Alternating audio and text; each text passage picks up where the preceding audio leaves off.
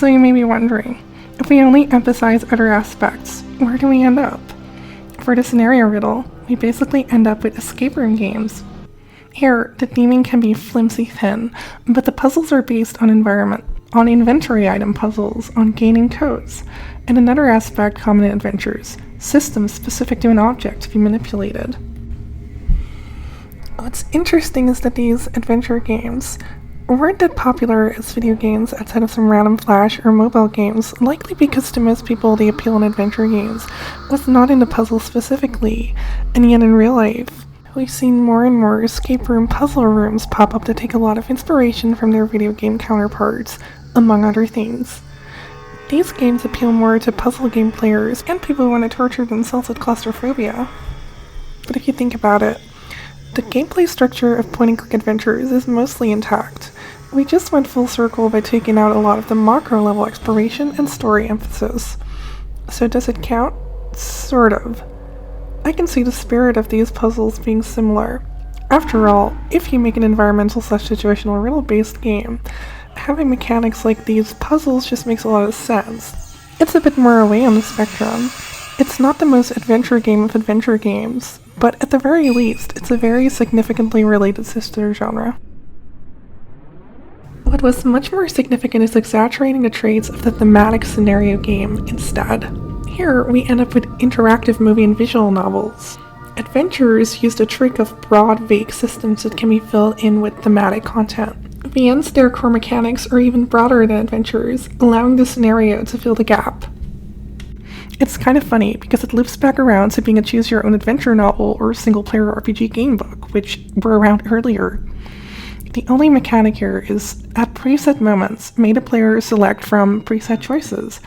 And these choices can be much more specific, and the outcome is even more unpredictable. In Japan, even early adventure games tended to be more story-focused early on. A major first one had this idea of wanting to be able to talk with a computer, which is impossible. It was impossible at the time, at least. Now we have AI. But then he made a first-person mystery detective adventure game. As a result, Japanese adventurers emphasized talking to different NPCs in the right sequence, rather than inventory puzzles. And most inventory puzzles were more about showing that item to NPCs. It was then ported to the NES, where the typed verb commands were turned into a contextual menu, and a cursor you can pull up. That cursor is often removed in subsequent games, and which commands were able to be selected at any point were made even more contextual. A few are based on point-and-click interfaces in third-person diorama views, like the West standard. Not that the West never had first-person ones. At some point, you see ones that, while being adventure games, basically are just an excuse for a linear story. Until like 90% of them started going for choose-your-own-adventure styles, and some for no interactivity at all, just being digital books. It started with Spike Chunsoft's sound novels, was a marketing term, which were horror series. Though the conventions changed a lot when the Leaf visual novel series, also a marketing term, went for a more cutesy moe style and adult themes. The Japanese PCs were also optimized for kanji and pictures and a lot less regulated, so a lot of erotic adventures and VNs were released on there. If actual gameplay is emphasized, it is more about getting the right branches of paths of the story by selecting the right choices, often needing to retry multiple routes in a specific way to get the quote-unquote true ending. The mechanic may be present in adventures to help influence the scenario, but it is not really a core thing. A big point of these games is getting to interact with a story. The outcome in pure adventure games tends to be more immediate. You are interacting with a rudimentary gameplay system closely tied to the story. But in these, you are basically directly interacting with the story. The closest equivalent to ones without interaction that resemble an adventure game are mystery ones, where there are cases to solve. It just does not quiz you on them. It doesn't say, hey, you're not allowed to continue if you don't get the answer. But these wouldn't even be games, which lets one realize the reason adventurers work well with integration is because puzzles are highly restrictive and author-controlled, not mainly system or player-controlled. Meanwhile, stories also often involve problems to solve for characters. It's just that the type of problems to solve for characters can be very hard to line up. Mystery and detective stories are way easier to line up in that regard because the point of them is for the plot to be solved of sorts, to get around other discrepancies and keep gameplay interesting. Many adventure games rely on cartoon logic, supernatural elements, or surreal horror game events.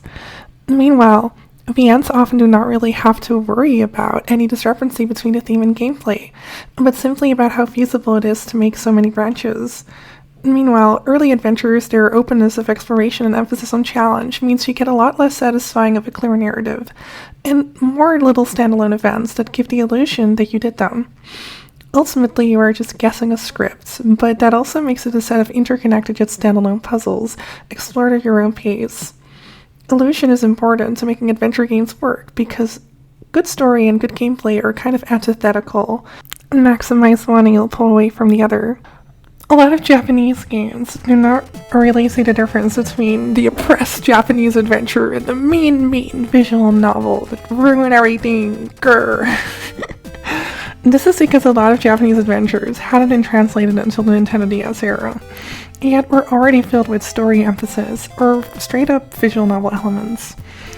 To add insult to injury, Japan does not differentiate between adventures and visual novels at all. All they have is ADV games, which have interaction, and NVL games, which don't. So as in adventure and novel. In OS, these terms refer more to the style of presentation, with novel stuff having words in the middle and with a background image, and the ADV stuff having character portraits with text boxes at the bottom. Japan wasn't the only one making these kind of things. In the West, it was just much smaller. Even Infocom of Zork had the equivalent of the no-gameplay kinetic novels with their Infocomic series. Even Infocom themselves, despite Zork having such little story, did emphasize story once they could and marketed their games as interactive fiction. To this day, there's a niche yet passionate IF community, which plays both text-based adventures and text-based choose-your-own adventure style games, again, with no distinction. The West had more examples of interactive movie-type games instead, some being quite unusual, like Night Trap, where you have to switch between camera footage, or the infamous interactive PowerPoint presentation, Plumbers Don't Wear Ties. Meanwhile, the graphic or point-and-click adventure communities play games where the verb command system is greatly simplified and sequence is emphasized. Guessing the right verb from an infinite set of possibilities is gone, so you may brute force solutions too easily, so they often kind of have to work around that. However, they are the overwhelming majority of the time actual adventure games, even when focused on narrative. Not for sale. Interaction-heavy visual novels may at some area overlap with narrative adventures, but the concept overall is not even one of a game, as interactionless VNs are still VNs. You could argue some gameplay-heavy games are VNs, as you can convert adventure commands to VN choices without too much trouble. But making things multiple choice without walking around really changes the way they're experienced. I do not consider VNs and interactive movies to be adventure games, but a very closely related sister genre, whose elements sometimes show up in adventure games. These weren't the only genres that took things that adventure games did to blur the lines. Take action-adventure subgenres like cinematic platformers and Resident Evil-style survival horrors, or even Half-Life-style first-person shooters, though the last of that is more an action-adventure to distinguish it from straightforward puzzle and story emphasis lacking shooters. It lacks a lot of the surge action aspect and is very linear. It's an action game that emphasizes story and puzzle separate from its main gameplay, different from an adventure. The experience of an action-adventure like Zelda maps right onto my experience with Zork. But Half-Life does not really, other than the puzzles, are at least somewhat environmental, and there is more integration with the thematic scenario than a usual shooter. So it's sort of on a gray line. I feel like action-adventure can be a form of adventure, but it can also literally be just a regular action game with some puzzles thrown in and some exploration thrown in. I don't really think that's the same thing. It's useful as a distinction from regular action, but it's not necessarily useful as a distinction for what's an adventure game as a whole. I think that action-adventure and adventure are two separate umbrellas, and sometimes action-adventures are adventures, and sometimes they're not. Sometimes they're simply just reminiscent of them, even if they share some origins on some level. they kind of developed separately. CRPGs like Planescape Torment took back the influence of adventure games, and a combatless narrative-focused CRPG like Disco Elysium takes influence as well, but still runs on the stat check dice roll system of RPGs at its core.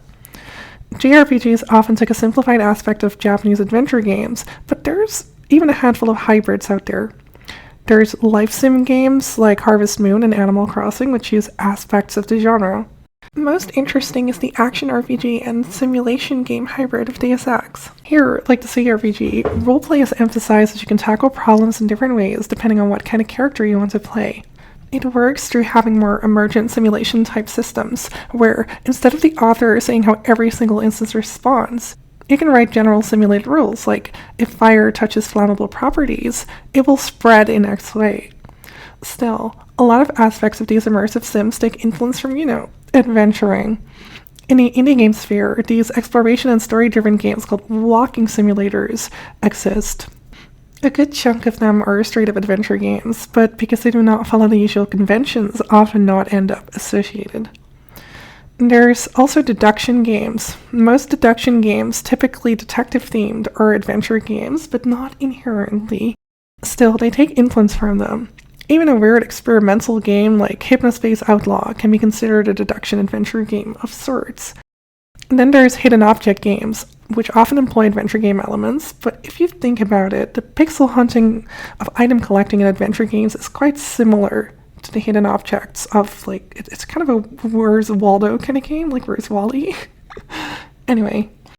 Meanwhile, action adventures have gotten bigger, with various substyles and, became the norm as games' their graphical and memory capabilities expanded. People wanted grander, longer games. So you take your action game and build an adventure or action RPG type structure around it. Maybe add a tinge of simulation for immersion's sake. And boom, we have our Hollywood blockbuster. This really did a number on the identity of the adventure game. Nobody knows what the fuck they are anymore. It really doesn't help that the genre name is essentially Souls-like. It makes people think that any game with adventurous themes is an adventure game. A problem not too different from thinking an RPG is any game where you play a role. This use of adventure seems to have been around from the very start, so good luck figuring out which of the two people mean. And even that theme, adventure, is a bit vague. But it typically means a game where you go on some kind of risky, dangerous journey across unknown territory, maybe for some artifact or something. And what do we get here? Gawk saying Rayman 3, a straight-up linear action platformer, is an adventure game. The term, which was already an umbrella term in a way, has basically become a ghost term by this point. Are you confused yet? Did you know that early tabletop RPGs have been called adventures too? And Warhammer has been called an RPG? Do you understand how painful this is on my puny little autistic brain that needs to understand everything? Even among games that are clearly adventure games, there are still conundrums. What about those games where the puzzles are just regular systemic puzzles most of the time, like The Seventh Guest or Dr. Brain, which may even be educational minigames? Here, you've replaced the main form of conflict with something else entirely, just like with action adventures and adventure surroundings of various types of RPGs. Speaking of which, there are a lot of search, adventure, and thematic scenario elements to RPGs, with both adventures and RPGs influencing one another. Even some hybrids exist.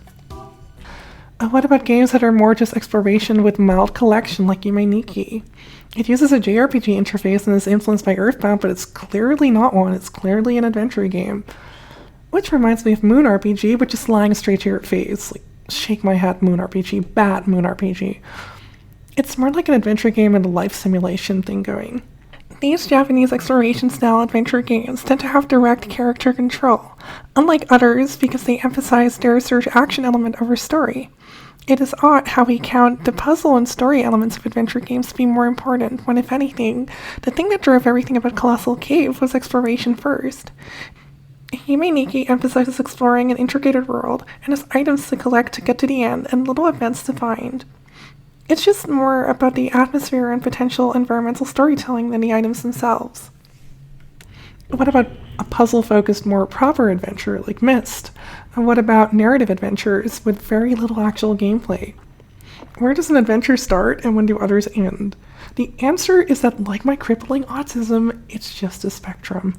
Which gets me back to Portal. Oh, oh, my beloved Portal.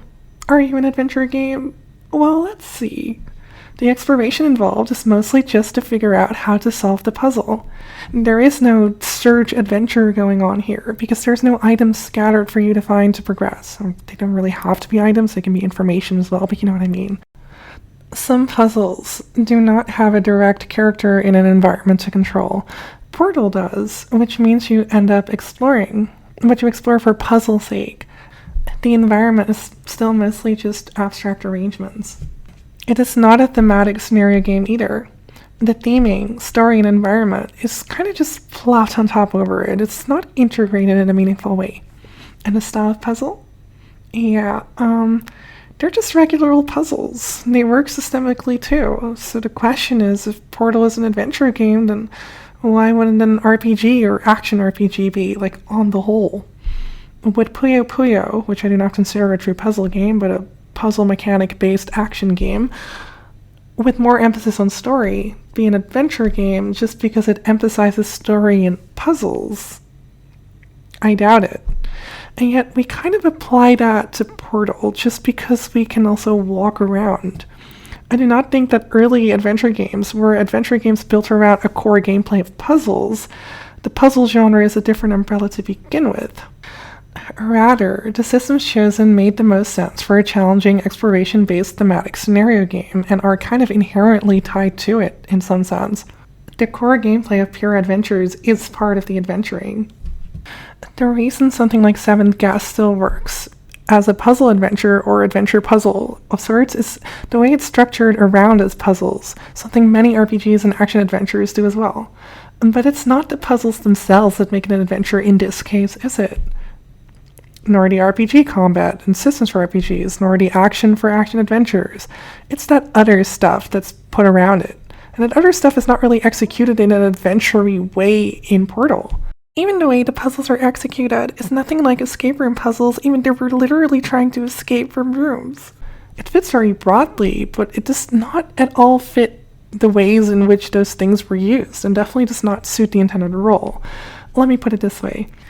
Is Pac-Man a game about collecting just because you have to collect the dots? Not really. It's more there to facilitate a goal, progression, and most importantly, interesting skill-based movement. If we get too caught up on the specific conventions of early adventure games, that's when we get too rigid. But if we completely ignore the broadest role these traits have, then instead of evolving the adventure game, we're essentially letting it get swallowed up by different things. We're replacing our comic books with picture books. So what's the catch here? Why is Portal included by so many people? Because it fits their target audience. It fits their role of the type of thing they're consuming. It fits their needs. When in the mood for this type of game, they do not want intense testing of reflexes. They want something more methodical. Portal does let us enjoy a nice story while solving puzzles and lets us walk around an environment, albeit not a very thematically rich one. And Portal 2 makes it more thematically rich, which then gets associated with Portal 1. It's the same reason a text choose-your-own-adventure style work may be big in the I Have community, but a similar visual novel is not. It's the same reason a manga might be big in manga fan circles, but an equally similar comic might not. It depends on whatever that audience is looking for. It's the same reason we call Homestuck a webcomic, because that's the audience that reads in what Hussey used to make. When really, it's a digital multimedia picture book with animation, novel sections, and comics sprinkled in. Despite the fact that Portal is not the same genre, it just ticks a lot of the same boxes. And this is fine. It's fine in a pragmatic sense, especially as genre is a very culture and lineage-based thing. In fact, it'd be silly not to include discussing Portal in an adventure game community the same way it'd be silly not to discuss Metal Slug in a shmup community. There's just a lot of overlap and appeal there. But what is not fine is to give it the same ontological categorization.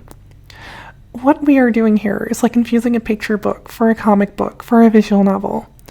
Sure, they all have words and pictures, but they're inherently different mediums used for the purpose of storytelling. In adventure game staircase, it is actually not inherently storytelling to begin with some being gameplay focused. And the thing with adventure games is that not all of them are used for storytelling, while basically all visual novels are on some level. While it is true, a lot of things like a chair can be identified differently based on what angle you're viewing it from and how we're using it. We could use it as a weapon, or it could just be a shape of wood. We can't really confuse one angle for another, and try to use the traits of the object that aren't really there or kind of unintuitive. And these concepts and the forms they take on have different natures. They have certain limitations in how they can work well. To understand the essence of something and how it relates to whatever it overlaps to on a spectrum is to understand how to engage with it, how to use it, its strengths and weaknesses, its values. You can turn a shovel into a trowel, or even just use one like one, but the concept of a shovel is a distinction that exists solely because we made objects intended to make it easier to dig, which is why it has those properties in the first place. We gave it intuitive ones. The adventure game may have often been used to explore fictional worlds and stories. I think a lot of the developers, even early on, would tell you the same. But you have to understand the limitations of your medium and the fact that said medium was not inherently set up for that purpose, and it is definitely not the only one that can do it. Just because Miyamoto intended Mario 1 to have co-op, doesn't mean it's designed like a co-op game. The limitation of the medium colors how it actually ends up. Colossal Cave wasn't a prototype for adventure games, it was an adventure game. Colossal Cave is a very gameplay-focused game, and so are Zurk and King's Quest 1 and 2. My point here is not to not make the definition of adventure games broad enough.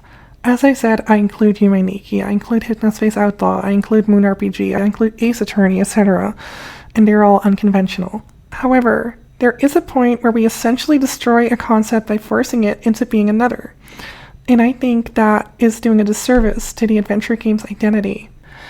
You end up turning it into what you want it to be, rather than seeing it for what it is, and then using it accordingly. Something that's an issue with defining games in general. The gameplay of an adventure game is not some kind of outdated thing we put up with until other games had better technology to work with. It's a genre, no, a medium with merits of its own. Let us not remember it by its conventions, but by its fundamental essence. Only then can we really solve the identity crisis of the adventure game. And remember, there's no need not to try, as long as you can DIY.